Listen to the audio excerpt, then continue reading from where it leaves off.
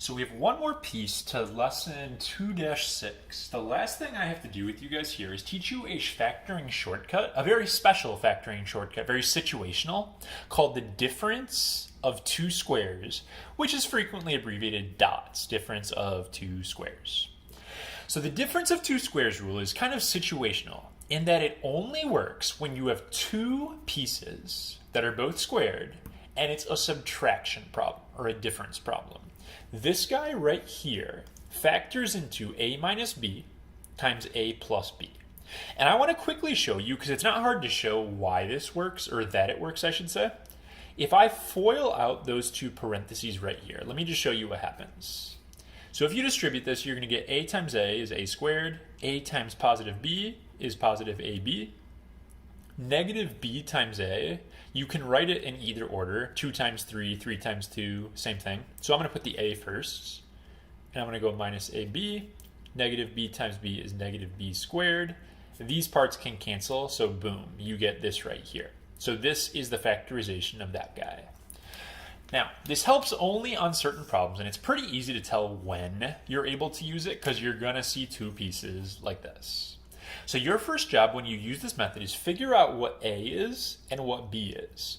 So what I'm going to try to do is rewrite this guy as a little baby parenthesis minus a little baby parenthesis, both of them squared.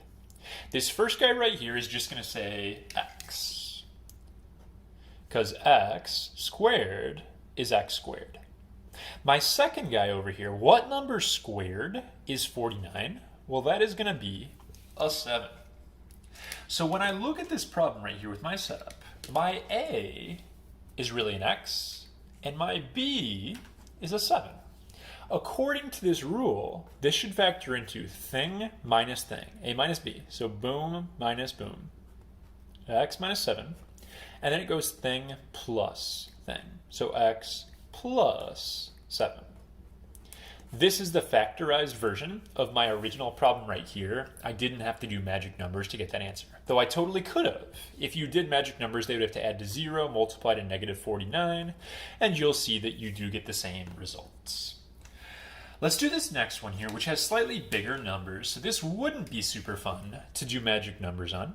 But if I use this rule, I have to try to rewrite it so each of these things is a squared quantity. The first guy is going to say a 3x, because 3x times 3x makes 9x squared. And my second guy is going to say 11, because 11 times 11 is 121. According to my rule, it goes thing minus thing, thing plus thing, boom, it's factored. So if you can break it into these little baby parentheses here, you just put it with a minus, put it with a plus, and that's your factored version. Two more to practice on for this video. My next one right here, if I think about my little baby parentheses again, the number part isn't so bad. There'll be a 2 on this one, 2 squared is 4. There'll be a 5 on this one. As far as the variables go, when your exponents have higher powers, you're going to take your exponent and you're going to divide it by 2. This is going to be x to the 4th power. Why is it that?